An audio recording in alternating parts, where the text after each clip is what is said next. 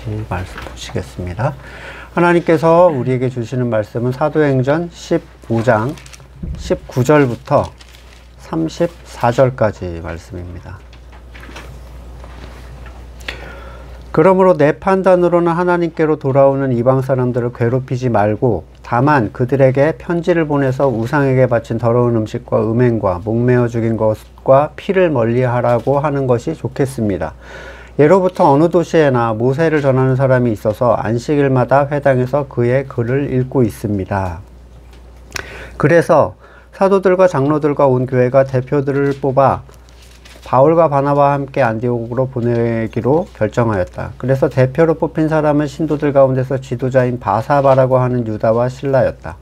그들은 이 사람들 편에 아래와 같은 내용의 편지를 써보냈다. 형제들인 우리 사도들과 장로들은 안디옥과 시리아와 길리기아 이방 사람 교우 여러분에게 문안합니다. 그런데 우리 가운데 몇몇 사람이 여러분에게로 가서 우리가 시키지 않은 여러 가지 말로 여러분을 혼란에 빠뜨리고 또 여러분의 마음을 어지럽게 하였다는 소식을 들었습니다. 그래서 우리는 몇 사람을 뽑아서 사랑하는 바나바와 바울을 함께 여러분에게 보내기로 만장일치로 결정하였습니다. 바나바와 바울은 우리 주 예수 그리스도의 이름을 위해 자기 목숨을 내놓은 사람들입니다. 또 우리가 유다와 실라를 보내니 그들이 이 일을 직접 말로 전할 것입니다. 성령과 우리는 꼭 필요한 다음 몇 가지밖에는 더 이상 아무 무거운 짐도 여러분에게 지우지 않기로 하였습니다. 여러분은 우상에게 바친 제물과 피와 목매어 죽인 것과 음행을 멀리하여야 합니다. 여러분이 이런 것을 삼가면 여러분은 잘 행한다고 하겠습니다. 안녕히 계십시오. 그들은 전송을 받고 안디옥에 내려가서 회중을 다 모아놓고 그 편지를 전하여 주었다. 회중은 편지를 읽고 그 권면을 기쁘게 받아들였다. 유다와 실라도 예언자이므로 여러 말로 신도들을 격려하고 굳세게 하여 주었다. 그들은 거기서 얼마 동안 지낸 뒤에 신도들에게 평안히 가라는 전송을 받고서 자기들을 보낸 사람들에게로 돌아갔다. 그러나 바울과 바나바는 안디옥에 머물러 있으면서 다른 여러 사람과 함께 주님의 말씀을 가르치고 전하였다. 아멘. 연합보다 복음이 우선이다 라는 가치의 순서는 절대로 손댈 수 없는 영역입니다. 복음으로 인해서 연합이 생기는 것이기 때문이에요. 근데 이 복음은 사랑을 근본으로 하고 있는 거죠. 복음은 사랑이라는 그 본질을 통해서 하나님 앞에서 어떤 것도 허용받을 수 없었던 죄인들에게 주어집니다. 앞에서 말씀드린 대로 복음으로 인해서 교회의 연합이 이루어진다는 것은 분명한 사실이지만 때로 거듭난 지 얼마 되지 않거나 연약한 믿음을 가진 신자들에게 복음의 가치가 소화하기 어려운 부분들이 분명히 있기 마련입니다. 이건 이해나 또는 의지의 문제가 아니라 믿음의 문제이기 때문입니다. 결국 영적인 성장의 문제고 예수님도 또 사도들도 이 기준을 가지고 있었어요. 연약한 자와 장성한 자가 있다. 요한복음 16장 12절 아직도 내가 너희에게 할 말이 많으나 너희가 지금은 감당하지 못한다. 감당할 수 없는 걸 주면 어떻게 되겠습니까? 그게 무가치해지거나 또는 자기에게 해가 될 수도 있겠죠. 작은 아이에게 큰 돈을 쥐어주거나 뭐 젖먹이에게 맛있는 갈비를 입에 넣어주거나 그럼 뭐 탈이 나는 거예요.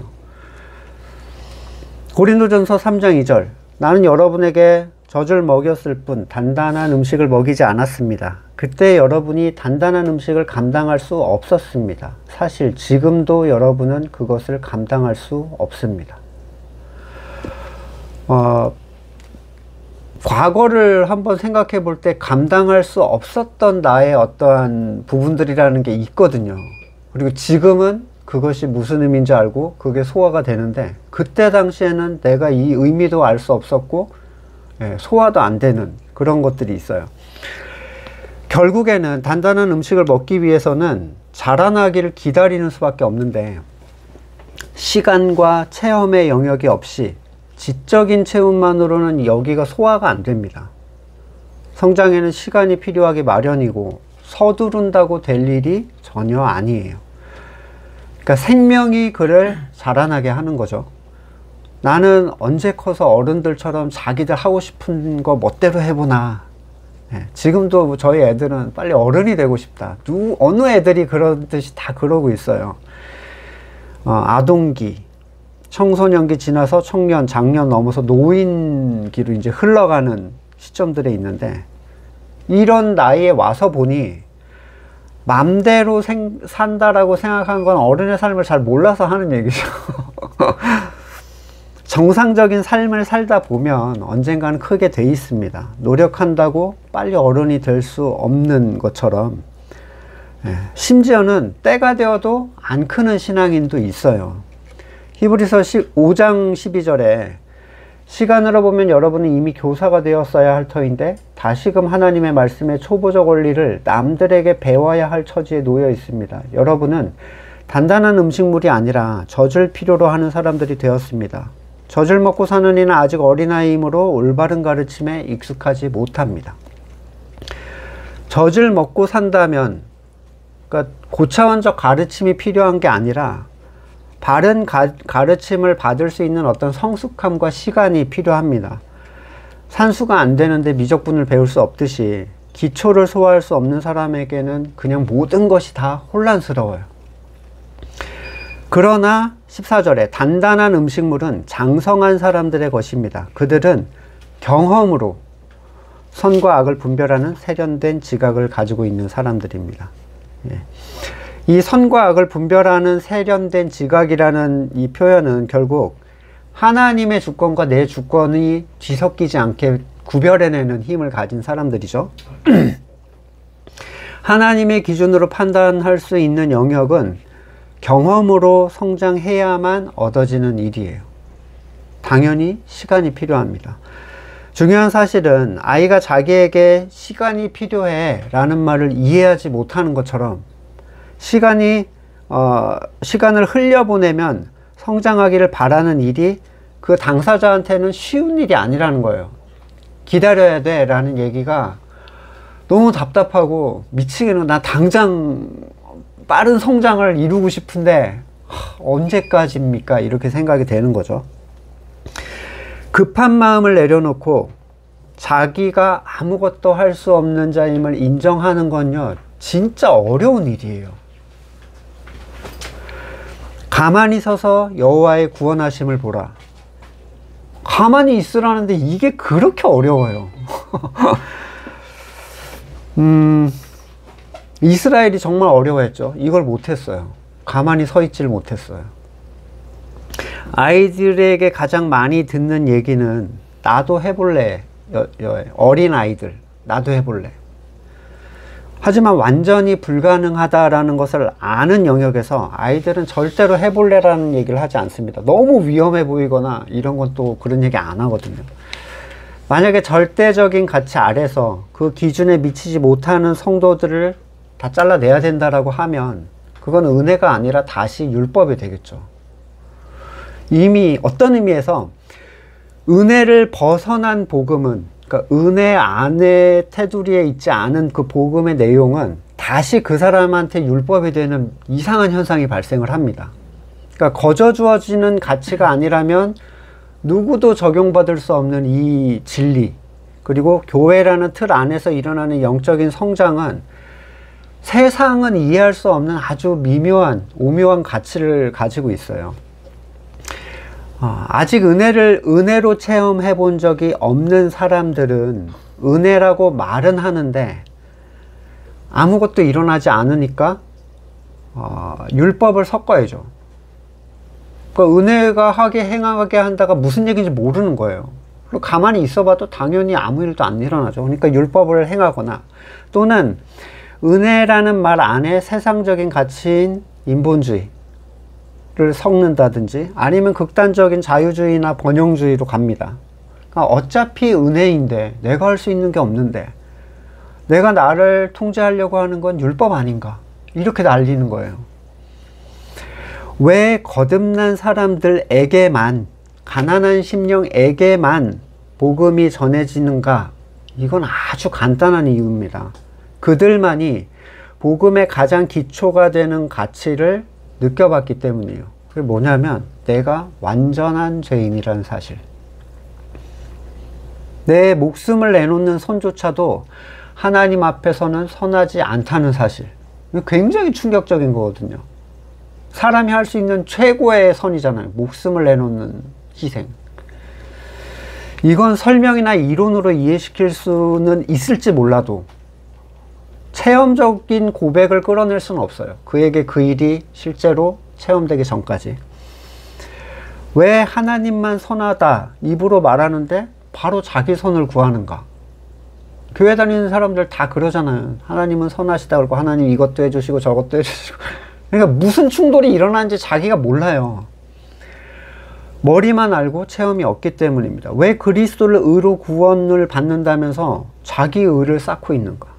다 말은 그렇게 하거든요. 그러면 설교 끝나고 나와서 다 자기가 만들어 놓은 일을 열심히 하죠. 지난 시간에 유대의 성도들이 유대인이나 이방인이나 동일하게 오직 믿음으로 구원을 받는다는 사실, 거기에 대한 선언을 했어요. 그런데 세상에 속한 또는 인본주의적인 영역에서 성경을 이해하려는 사람들은 오늘 본문의 야고보 사도의 권면을 다르게 이해를 합니다. 다르게 해석해요. 사도들과 총회가 교회 분열을 막기 위해 몇 가지를 제안하자는 중재안을 내므로써 교회 분열을 막았다는 것, 또는 유대인의 반감을 잠재우려고 이것을 얘기했다는 것. 전혀 그렇지 않아요. 할례를 하자고 주장하는 사람들에게 어느 정도의 만족을 주기 위해서 이 네 가지 항목을 정했다고 칩시다. 과연 할례를 주장하는 사람들이 이걸로 만족을 했겠어요? 할례로 치면요, 성인 남성에게 가장 큰 결단의 요구를 해야 되는 어떠한 율법의 행위예요. 지키고 말고의 문제가 아니라 그 나이에 다 컸는데 그런 할례를 행하는 일을 누가 쉽게 선택을 할 수가 있겠어요? 앞에서 나온 회당에 있던 유대인들이 그런 사람들이었는데, 세상에 속한 자들은 하나를 내주면 또 하나를 요구합니다.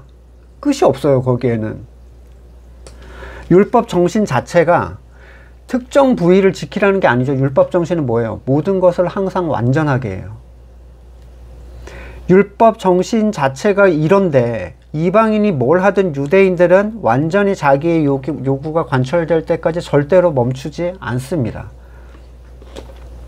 일례로 바울이 사도행전 21장에서 유대인들의 마음을 자극하지 말자라는 권면을 받아들여서 정결 예식을 행하는 율법에 참여하고 비용을 냅니다. 율법을 지키는 자로서의 모습을 보여줬어요. 그 바울의 마음은 전도를 위한 거였죠.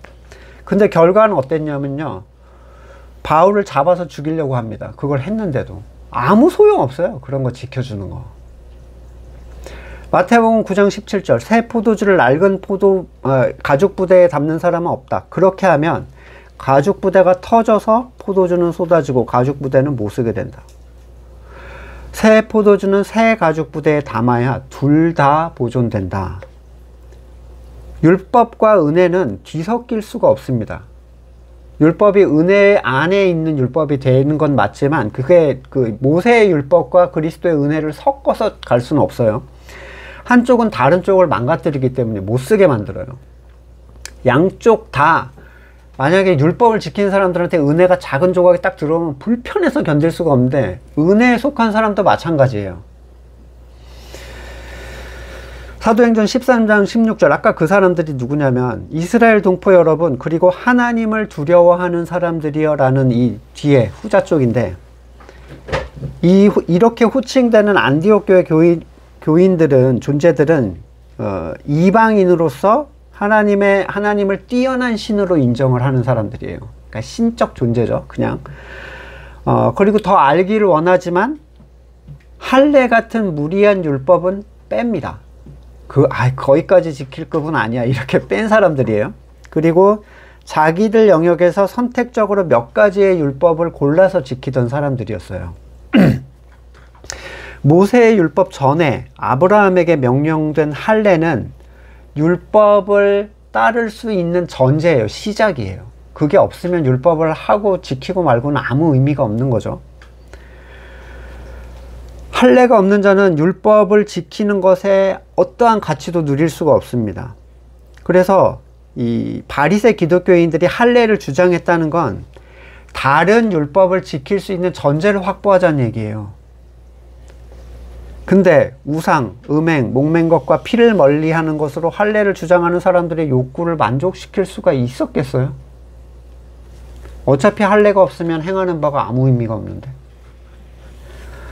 절대로 정통 이 기독교 유대인, 그러니까 바리새 기독교인을 자극하지 말라는 의미에서 준 게 아니란 얘기예요. 중재안이 아니라는 거죠. 또 사도 야고보 사도와 예루살렘 교회가 정한 몇 가지 이 사안은 이 중재안이 아닌데 이미 그런 주장은 베드로 그리고 야고보, 바울과 바나바의 오직 믿음으로 얻는 의라는 결정에 의해서 이미 거부가 된 거예요. 구원에 대해서 뭔가를 추가하자라고 하는 것은 예수님만으로는 안 된다는 얘기예요. 단연코 그리스도만으로 구원을 얻는다면 그 선언 뒤에 중재를 위해서 플러스 알파를 붙인다라는 것이 말이 안 되는 얘기죠. 때로 이 본문의 권면이 믿지 않는 사람들의 심기를 건드리지 않는 쪽으로도 해석이 돼요. 제가 설교나 책들을 찾아보니까, 주석을 찾아보니까 다 그렇게 얘기를 하더라고요. 그러니까 이 목사는 왜 설교나 주석을 따르려고 하지 않는가가 아니라 이제 저는 성경이 정말로 뭘 얘기하는가를 얘기하고 싶은 거예요. 세상과 친하게 지낼 수 있다면 사람들을 불편하게 하면서 왜 복음을 얘기하겠습니까? 그게 목적이 된다면, 그게 복음을 받아들일 수 있는 어떤 좋은 밭이 된다면, 불편한 것을 뺀다면 사람들이 받아들이겠죠? 그러나 그건 이미 십자가가 아닌 거예요. 십자가는 꺼리끼는 거예요. 지금도 그렇지 않습니까? 그렇다면 예수를 믿을 필요가 없는데요. 저한테 안수 집사님이 한 얘기예요. 제가 하나님의 선이 옳고 사람의 선이 부정되어야 한다라고 했더니 그러면 믿을 필요가 없는데요. 이러는 거예요. 그러니까 어떠한 정죄감이 없는 표정이었어요. 이제 정말 너무 나는 당연하게 나는 그러면 믿을 필요가 없는데? 이렇게 그렇게 배워오고 그렇게 확정 받아왔고 권장되어 온 거죠.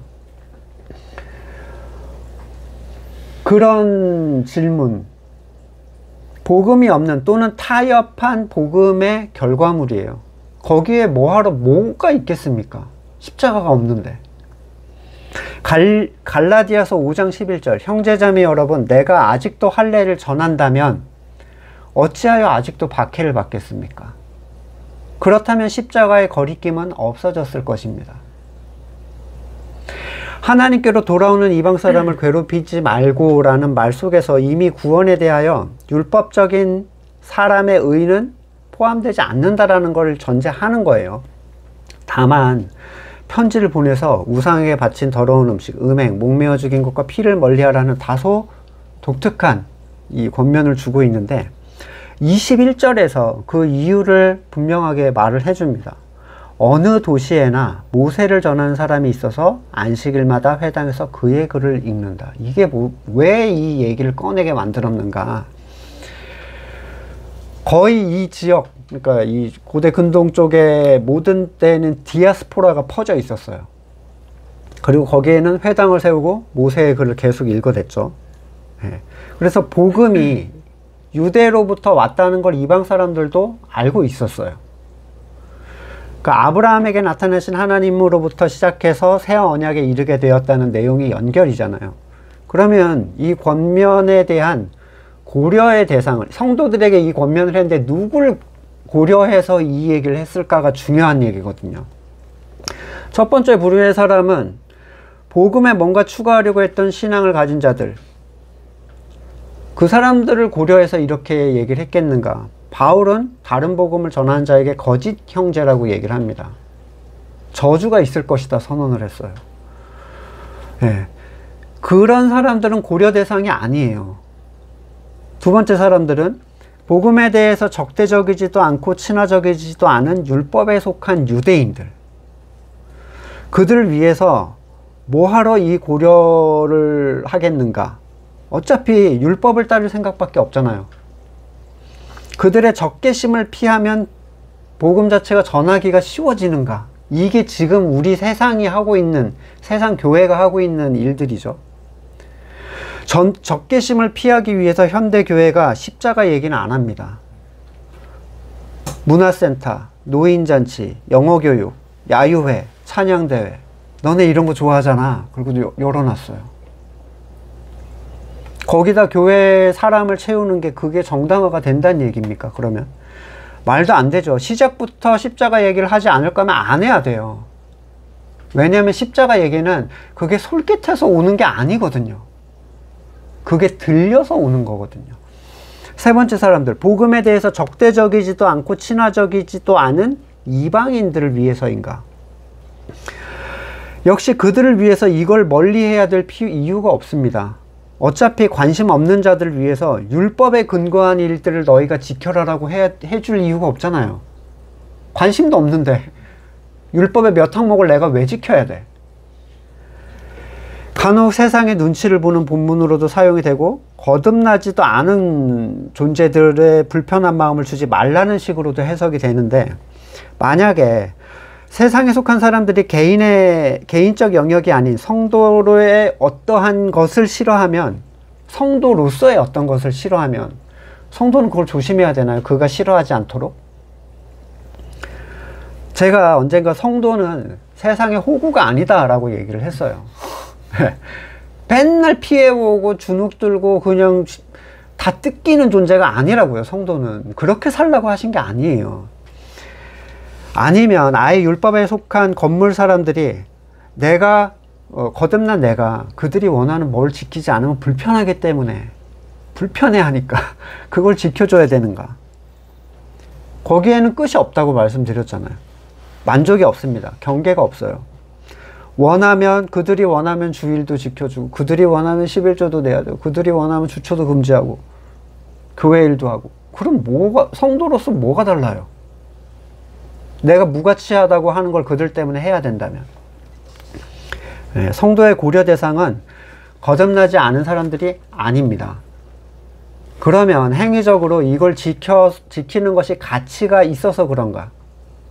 그러니까 도덕적으로 해석하는 목사님들도 있더라고요.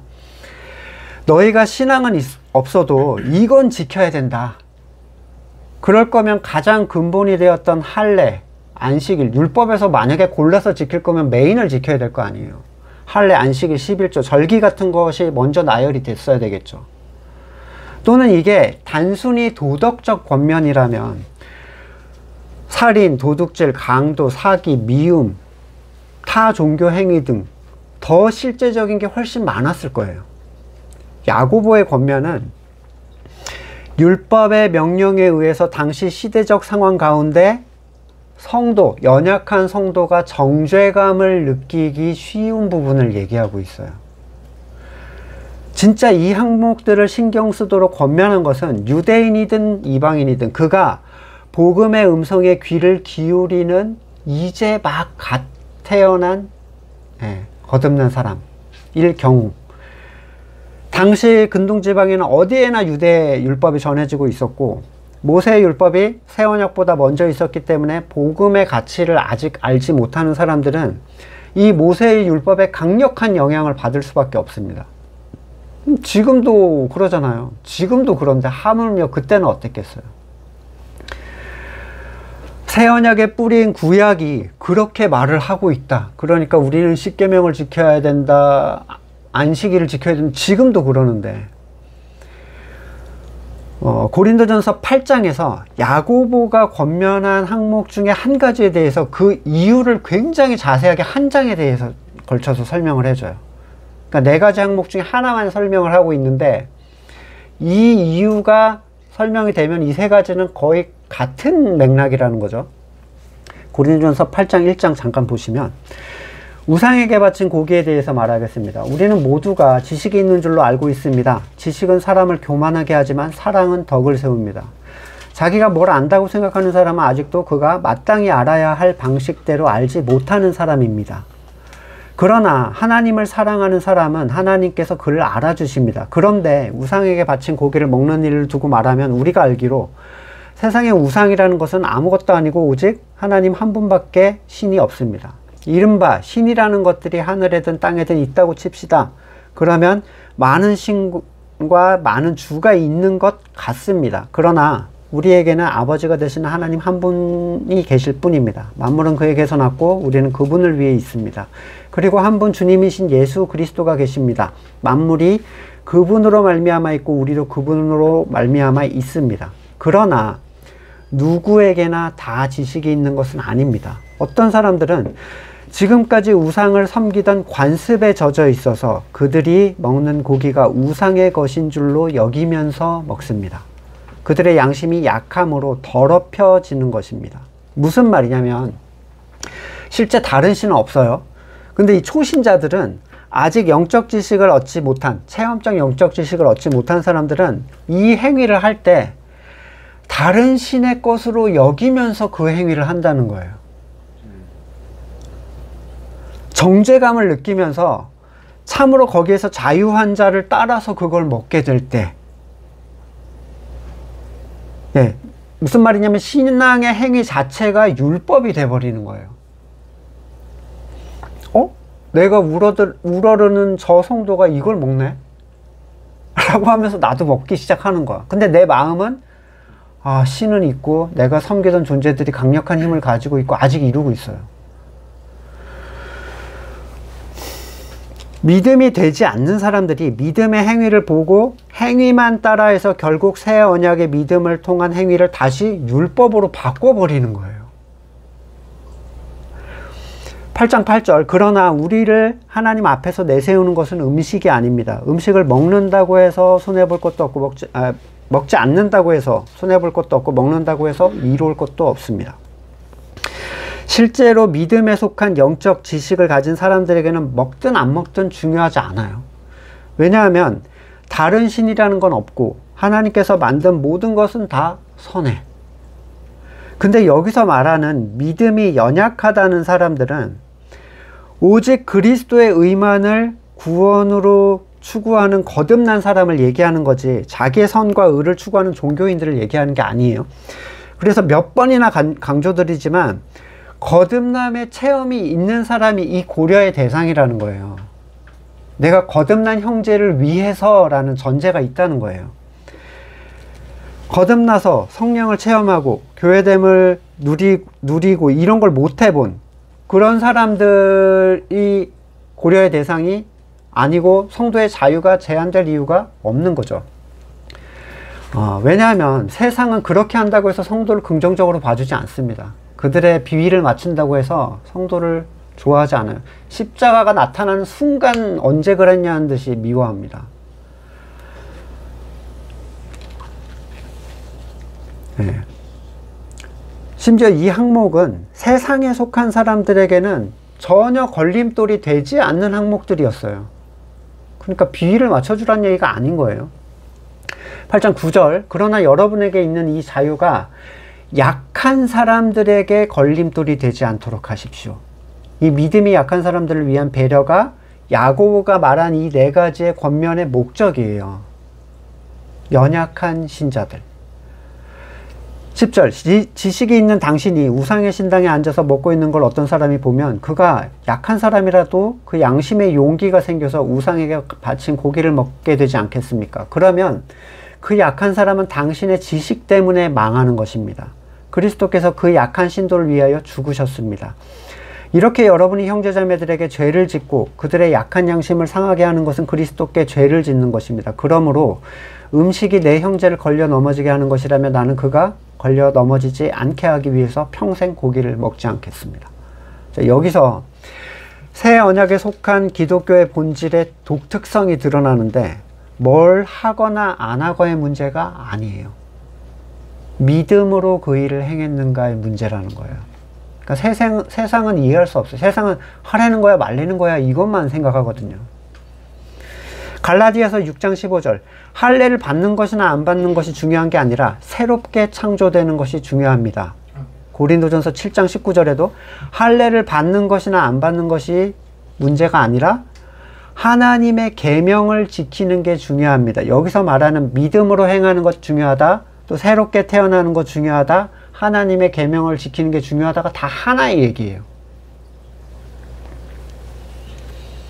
믿음이 바로 서면 할례는 중요한 게 아니죠. 그래서 디모데는 할례를 시켰어요. 예.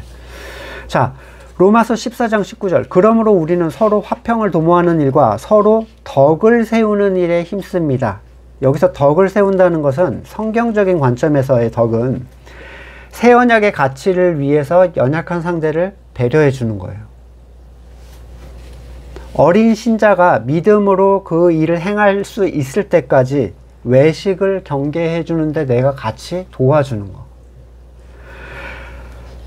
14장 20절. 하나님께서 이룩해 놓으신 것을 음식 때문에 망치는 일이 없도록 하십시오. 모든 것이 다 깨끗합니다. 로마서죠. 예. 모든 것이 다 깨끗합니다. 그러나 어떤 것을 먹음으로써 남인을 넘어지게 하면 그 사람에게는 그것이 해롭습니다. 넘어뜨린 사람에게 해롭다는 거예요. 믿음이 안 되는 사람에게 야, 이게 믿음이야, 너 이렇게 해 라고 해버리면 이 일이 이걸 행하게 했던 나한테 죄가 된다는 거예요. 심지어 예수님은 무시무시한 죄라고 얘기를 하셨죠. 우리 지난 주간에 누가복음 17장 봤는데 복음으로부터 떨어지게 하는 일이라고 말씀드렸죠. 걸려 넘어지게 하는 일이 생기지 않을 수 없지만 그러한 일들을 일으키는 사람에게는 화가 있다. 이 작은 사람들 가운데 하나를 걸려 넘어지게 하는 것보다 차라리 목에다 연자맷돌 들고 바다에 빠지는 게 낫다.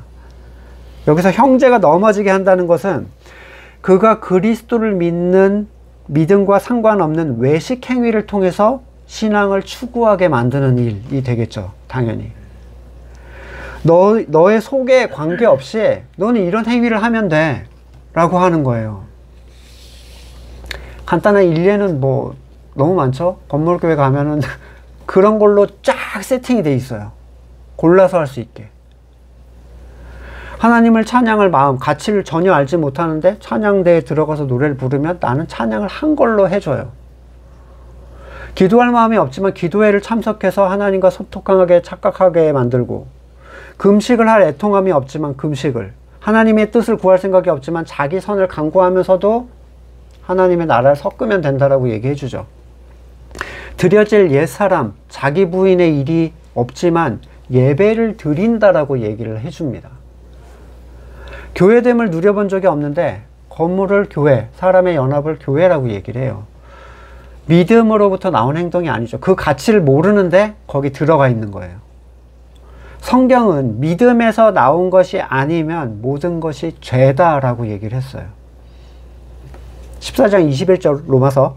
고기를 먹는가 술을 마시다든가 그 밖에 뭐든지 간에 형제 자매를 걸려 넘어지게 하는 일은 하지 않는 게 좋습니다. 그대가 지니고 있는 신념을 하나님 앞에서 스스로 간직하십시오. 이게 중요한 얘기예요. 그대가 가지고 있는 신념을 하나님 앞에서 스스로 간직하십시오. 자기가 옳다고 생각하는 일을 하면서 자기를 정죄하지 않는 사람은 복이 있습니다. 이 부분이 중요한데, 나는 이게 옳다고 생각하고 이게 내 딱 믿음의 선이에요. 근데 그 일을 하면서 정죄감이 든다면, 만약에 정죄감이 든다면 멈춰야 된다는 거예요. 왜냐하면 믿음의 선 밖으로 나가려고 하는 거거든요. 의심하면서 먹는 사람은 이미 단죄를 받은 것입니다. 그것은 믿음에 근거해서 한 것이 아니기 때문입니다. 믿음에 근거하지 않은 것은 다 죄입니다. 얼마나 믿음이 중요한 거라는 얘기를 지금 하고 있는 거예요. 그냥 거듭나서 끝난 게 아니라 이제 믿음을 따라가는 삶을 찾아가야 되는데, 여기에 이제 영적인 양심의 기능, 말씀의 기능, 이런 것들이 있는 거죠. 연합, 공동체의 기능. 믿음에 근거한다는 것은 행하게 하시는 분의 힘으로 한다는 얘기예요. 결국에 정말로 그렇다고 믿기 때문에, 알게 해주셨기 때문에 결단되는 어떤 일. 이 말은 거듭난 사람밖에 알아듣지 못합니다. 보나마나인데 하나님은 찬양받으시길 합당하다라고 나는 믿기 때문에 찬양대를 한다, 이런 식으로 얘기할 거 아니에요. 설명할 방법이 없어요. 그런 분들한테는 뭘 얘기해도 소용이 없습니다. 갈라디아서 3장 22절. 그러나 성경은 모든 것이 죄 아래 갇혔다고 말합니다. 그것은 약속하신 것을 예수 그리스도를 믿는 믿음에 근거하여 믿는 사람들에게 주시려고 한 것입니다. 하나님께서 택하신 백성에게 약속하신 모든 것은 그리스도 예수를 믿는 믿음 안에서, 아래에서 은혜로 누리는 가치가 됩니다. 따라서 야고보의 권면은 유대적 문화와 지식 아래에서 아직 복음으로 완전히 자유로워지지 못한 이 이방 신도들이 체험적 믿음, 말씀 안에서의 자유함을 따르지 못하고 이성적 지식을 따라서 그 신앙적 결정을 하는 것을 막고 그들의 연약한 양심을 보호해 주기 위해서 라는 거죠. 그러니까 형제로서의 권면인 거예요. 연약한 형제를 너네가 살펴줘야 된다라는 권면. 우상의 제물, 음행, 목맨 것, 피. 이게 음행을 제외하고는 다 이방 종교와 관계가 있어요. 물론 음행도 이방 종교의 한 부분이긴 한데, 이방은 피를 빼지 않고 목을 매서 이 동물을 죽이고 그대로 이제 조리를 해서 피랑 같이 먹었죠. 피에 해당하는 이 유대인들의 거부감은 굉장히 극단적이었어요. 당연히 어린 신자들한테는 부담을 줬겠죠. 이렇게 싫어하는데 이거 해도 되나? 지금 우리 선짓국 먹잖아요. 선짓국. 해장국에 들어있죠. 또 뭐 순대. 더구나 돼지 순대잖아. 이런데 우리는 어려움 안 느끼죠. 어려움을 느끼는 사람도 있더라고요. 구약 때문에. 돼지고기를 이 정도니까 이 시대는 어땠겠어요. 무슨 말이냐면 이 네 가지는 레위기 17장 18장에 나오는 내용들을 주로 이루고 있는데, 본질적 가치에서 해결되지 않은 채, 그러니까 자유해지지 않은 채 그리스도인은 뭐든지 해도 된다라는 행위적인 허용으로 이걸 오해하는 경우가 이 양심에 정죄감을 주기 시작한다는 거예요. 죄를 짓게 만드는 거죠. 결국 자신에게는 죄가 되는 결과가 되기 때문에 연약한 성도들이 믿음을 떠나서 이런 일을 피하게 하는 것이, 이제 우리가 피해 주는 것이 이 성도의 성장에 도움을 줄 수 있다. 그래서 권면하는 얘기인 거예요. 근데 음행은 조금 예외적이죠. 자, 다른 것들은 우상에게 드린 제물처럼 사실은 믿음으로 행해도 죄가 되지 않는 것이잖아요. 근데 음행은 믿음으로 행해도 죄가 안 되나요? 믿음으로 나는 음행을 행하겠다. 네. 그런 건 아니에요. 지금 일반적으로 세상이 생각하는 음행은 믿음으로 행해도 당연히 죄죠. 다른 항목과의 차이가 뭔가요? 정확하게 여기서 말하는 음행의 의미가 뭔지가 다소 불명확해요. 근데 예를 들면 살인, 도둑질, 강도, 폭행, 간음, 더 분명한 죄인데 왜 얘기하지 않고 굳이 음행을 언급했는가 생각해 볼 때, 단순히 피해야 할 윤리적인 죄라기보다는 율법에 의해서 음행이라고 정의되는 일이나 이방의 문화에서 자연스러운 어떤 일이나 관습에 섞인 이 중복되는 포인트를 얘기한다고 보는 게 맞다고 생각이 됩니다. 믿음이 없는 형제가 마음에 참된 자유함을 얻지 못한 채 행하는 당시 시대상 당연한 어떤 일들이 있었을 거예요. 근데 거기에 대해서 오해하지 않도록 하는 의미에서 이 행음이 어떤 게 있냐면, 실제로 이스라엘 안에서, 율법 안에서 행음은 매우 다양한 의미를 가지고 있어요. 우상에게 바친 음식을 먹는 행위를 음행이라고 얘기를 합니다. 신전에서 행하는 육체적인 음행도 음행이고, 근친혼, 또 이교도와의 결혼, 또 재혼도 음행이었어요. 또 돼지고기를 먹는 것도 음행이라고까지 얘기를 했대요. 그러니까 만약에 여러분 한국 사람이 죽은 형수의 대를 잇기 위해서 형수와 애를 가진다. 그건 음행이죠. 근데 이스라엘은 신성한 의무였어요. 그러니까 기준이 다른 거예요. 완전히 음행의 기준이 달랐어요. 근데 이걸 단지 세상적 가치에서의 음행의 사전적 용어로 적용을 하려고 하면 좀 굉장히 애매해지는 거예요. 야고보는 음행에 대해서 정확하게 뭘 얘기하고 있는지는 말하지 않았지만, 아마 유대인의 회당에서 읽는 율법의 어떤 것과 당시 헬라 문화에서 굉장히 자연스러운 일로서의 어떤 교집합이 되는 부분이었을 것이고, 거기에 대한 초신자의 외식 행위를 막기 위해서 깨어있는 성도들의 배려라고 이해를 하면 될 것 같아요. 그래야 앞에 있는 우상에 바친 제물, 목맨 것과 피에 대한 금지, 거기랑 같은 맥락으로 이걸 이해해 줘야 된다는 거죠. 이 본문은 사실 그렇게 많은 얘기를 할 만한 포인트가 아니긴 했는데, 이렇게 제가 설교의 한 포인트를 크게 띄어서 쓴 것은 이 본문의 내용이 왜곡돼서 엉뚱한 쪽으로 자꾸 가버리는 거예요. 세상에 마음에 드는 존재, 율법을 추구하는 자의 심기를 건드리지 않는 존재, 또는 율법과 복음의 중재 정도로 얘기를 하게 되면 지금 야고보가 하고 싶은 얘기에서 굉장히 멀리 딴 데가 있는 거죠. 장로들과 사도들, 이 결정을 알리기 위해서 예루살렘에서 대표를 뽑아서 바울과 바나바와 함께 보냅니다. 어떤 의미에서 하나의 기독교의 이름으로 공증을 한 거예요. 야고보는 그 보낸 편지에서 우리가 시키지 않은 말로, 여러 가지 말로 너희를 혼란하게 빠뜨리고 마음을 어지럽혔다, 이렇게 얘기하는데, 그들이 마치 야고보가 보내서 온 것처럼 얘기를 한 거죠. 그 사항이 자기의 믿음과 달리 유대 회당에서 굉장히 이단시되고 있었고, 이 네 가지 사항이, 연약한 자들은 그런 까닭에 믿음과 관계없이 외식으로 이걸 행할 수 있었기 때문에 너희 먼저 성도된 자들이 이걸 좀 배려해 줘야 된다라는 권면이었고, 이걸 기쁘게 받아들였습니다. 이게 권면인데 명령이나 의무가 아니에요. 성도의 의무라는 말은 다소 사람을 본질에서 나오지 않은 행동조차 의지로 하게 만들어 버립니다. 성도에게 의무가 있다라는 건 안 하면 안 된다는 거잖아요. 총회 헌법의 성도의 의무를 보면 2부 예배, 오후 예배, 수요 예배, 3회 예배 참석, 그리고 11조 성도의 의무라고 했는데, 지금은 뭐 바뀌었는지 모르겠어요. 믿음으로 행하지 않는 모든 것을 의무로 만드는 것은 기독교의 본정신과 상당히 거리가 떨어져 있는 거예요. 그걸 하면, 그걸 지키면 성도의 의무를 다한 사람이 됐잖아요. 의무를 다하면 더 이상은 요구할 필요가 없는 거예요. 의무를 다했기 때문에.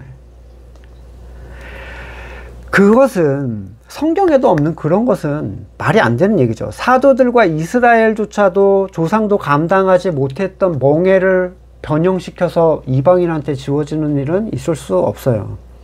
도움을 주기 위한 권면은 연약한 성도를 위해 사랑의 관점으로 자발적으로 행해지는 것이고, 그걸 타인에게 강요해서는 안 됩니다. 그들에게 믿음이 자라나면 그들은 그러한 일로부터 자유롭게 될 거예요. 물론 초대교회에게 준 4가지 항목 때문에 문제가 되는 성도는 아마 지금 우리 주변에 없겠죠.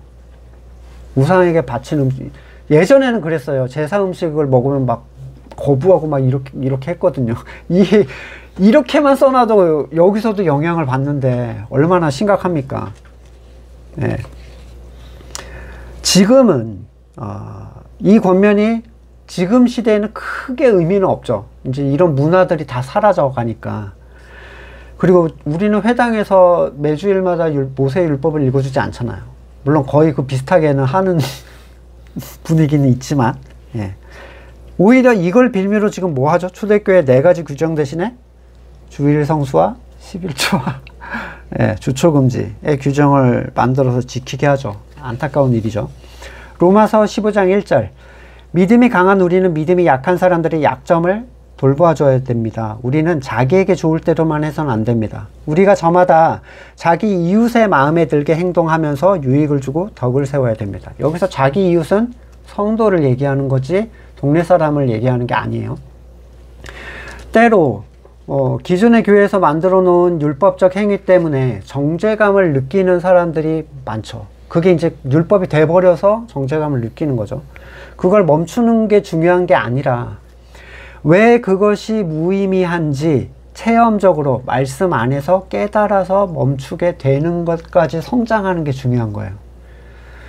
무조건 그걸 멈추게 해봐야 그의 마음은 이미 일요일은 하나님의 날, 11조에는 하나님의 것, 주초는 사탄적인 것, 이미 이렇게 생각하고 있어요. 복음으로 다시 태어난 사람들도 그것이 본질이 아니라는 것은 알지만 그것으로부터 풀려나는 일은 말씀이 그 안에서 분명하게 소리를 확정해 줄 때까지 시간이 걸리기 마련입니다. 그리고 믿음의 사람들은 그런 고통을 겪고 있는 사람들의 약함을 돌봐줘야 돼요. 이거 내가 자유롭다고 혹시 괴로워하고 있는데 제가 확 휩쓸려 오는 게 아닐까 조심해야 될 필요가 있다는 거죠. 이것은 그가 그리스도의 분량까지 자라가도록 기다리면서 돕는 사랑에 근거한 일이 됩니다. 바울과 바나바는 그들과 함께 머물면서 주님의 말씀을 가르쳤다고 했는데 이 얘기는 뭐예요? 자유함을 주기 위한 배려인 거죠. 왜냐하면 말씀이 그걸 자유롭게 해주거든요. 요한복음 8장 32절 그리고 너희는 진리를 알게 될 것이며 진리가 너희를 자유롭게 할 것이다. 그들은 예수께 말하였다. 우리는 아브라함의 자손이라 아무에게도 종노릇한 일이 없는데 당신은 어찌 우리가 자유롭게 될 것이라고 합니까? 내가 진정으로 너희에게 말한다. 죄를 짓는 사람들은 다 죄의 종이다. 죄는 율법을 벗어나야 벗어날 수 있는 거예요. 율법이 있기 전에는 죄가 없었다고 성경에서 얘기하고 있죠. 이건 다음에 이제 로마서를 할 때 설명을 좀 자세하게 드릴 건데, 그래서 8장 35절에 종은 언제까지나 집에 머물러 있지 못하지만 아들은 언제까지나 머물러 있다. 그러므로 아들이 너희를 자유롭게 하면 너희는 참으로 자유롭게 될 것이다. 이게 내 멍에를 내가 너희에게 준다라는 거예요. 무거운 짐진 자들아 내게로 오라. 광야에서 나온 이스라엘 백성들은 몸은 자유했지만 정신은 40년 동안 노예였어요. 얼마나 이걸 털어내는 게 힘든 일이라는 걸 얘기하는 거죠. 신앙의 자유함을 누리는 것은 여정입니다. 일회성이 아니라 여정인 거예요. 급하지 않게, 급하지 않아야 돼요. 진짜 이건 제가 계속 강조를 드리는데 급하면 넘어집니다. 급하지 않게 한 걸음씩 가나안을 향해서 전진할 수 있는 우리가 되기를 소망합니다. 말씀을 놓고 같이 기도하겠습니다. 먼저 내가 말씀 안에서 자유하지 못한 영역들을 한번 생각을 해보시고 아직 혹시 나한테 걸림이 되고 있는데 어거지로 뭔가를 혹시 하고 있는 거 아닌가. 그리고 내 자유함이 또 이 연약한 성도들에게 혹시 걸림이 되지 않는가. 내가 그걸 고려하고 배려하고 있는가. 도와주려고 하는가. 말씀으로 그에게 자유함을 내가 줄 수 있는 그런 곳까지 우리가 나갈 수 있기를 원합니다. 같이 잠깐 기도하겠습니다. 유대인도 아니면서 묶여있던 종되었던 우리들을 참으로 자유롭게 하시고 그리스도의 길을 따를 수 있게 하심을 감사드립니다. 그러나 아직도 우리의 안에 숨겨져 있는 많은 노예된 근성들이 말씀 앞에서 드러나기를 원합니다. 연약한 성도들을 사랑으로 도울 수 있게 하시고 기꺼이 그들을 위해서 서로 종노릇 할 수 있는 우리가 되도록 은혜를 베풀어 주시옵소서.